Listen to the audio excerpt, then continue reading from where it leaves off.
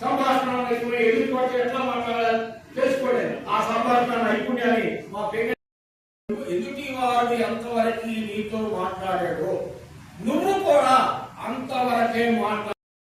ఎప్పుడు ఎంతవరకు అంతవరకు మాత్రమే ఉండటం అనేది చాలా మాట్లాడారు అని అలా. కానీ ఎవరు ఎంతగా నీతో మనసు ఇచ్చి అంటే హృదయపూర్వకంగా మనఃపూర్వకంగా ఇష్టముగా మాట్లాడతావో తాను వచించి తాను వారితో కనుపడ అంత మాత్ర ప్రతిభాషణ కోటలు చెప్పగా ఇప్పుడేను చెప్పినదయ్య చాలు. శిష్యరికం చేయటం వల్ల ఇప్పటికి కూడా ప్రజలకి ఉపయోగపడే సాహిత్యాన్ని నేను సృష్టించగలుగుతున్నాను. నా ప్రాథమిక లక్ష్యం ఏంటంటే మన ప్రాచీన సాహిత్యంలో ఎన్నో గొప్ప విషయాలు ఉన్నాయి. అవి ఈనాటి ఆధునికులు చదవడానికి కొంత క్లిష్టంగా ఉండటం మూలంగా వాటిని చదవటం, వాటిలో నుంచి మంచి విషయాలు ఏరి సులభమైన పద్ధతిలో ఈనాటి ప్రజలకు ఉపయోగపడేటట్టుగా రచనలు చేయటమే నా ప్రాథమిక కర్తవ్యం, నా ప్రాథమిక లక్ష్యం. నా కృషి అంతా దానికోసమే.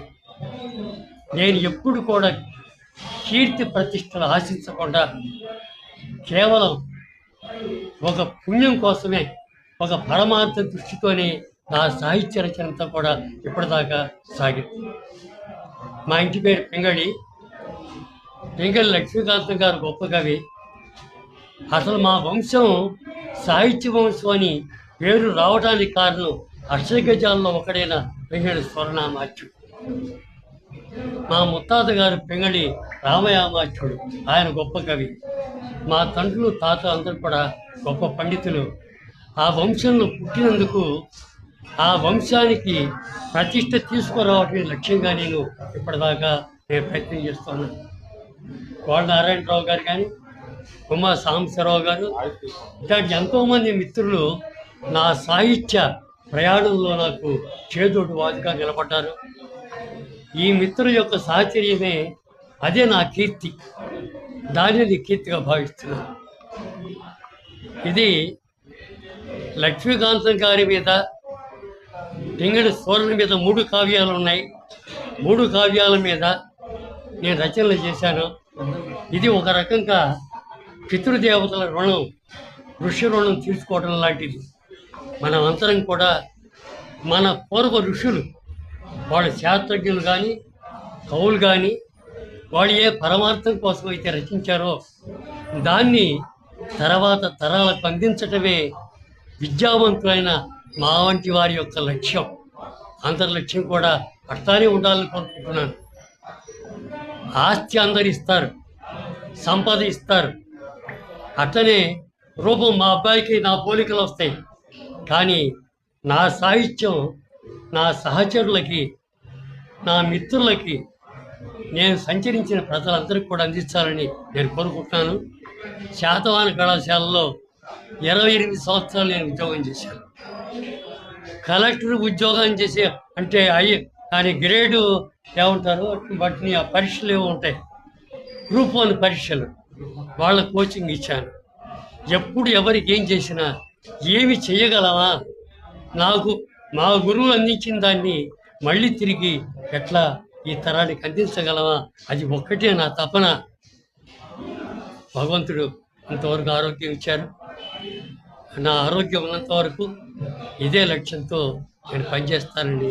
మీ అందరికీ ఇటువంటి వాటితో నిండి ఉండటం మూలంగా ఇవాల్టి ఈ తెలుగు పెద్దగా చదవని, అధ్యయనం చేయని ఈ చదువర్లు వాళ్ళు ఆ పుస్తకాలు వాటిలో ఉన్న రుచి తెలియక, ఆ ప్రబంధాల్లో ఉన్న ఔన్నత్యం కానీ మన తెలుగు భాష యొక్క గొప్పతనం కానీ అర్థం చేసుకోలేక వాళ్ళు వాటిని ఒక పక్కన పడేస్తూ ఉంటారు, నిర్లక్ష్యం చేస్తూ ఉంటారు.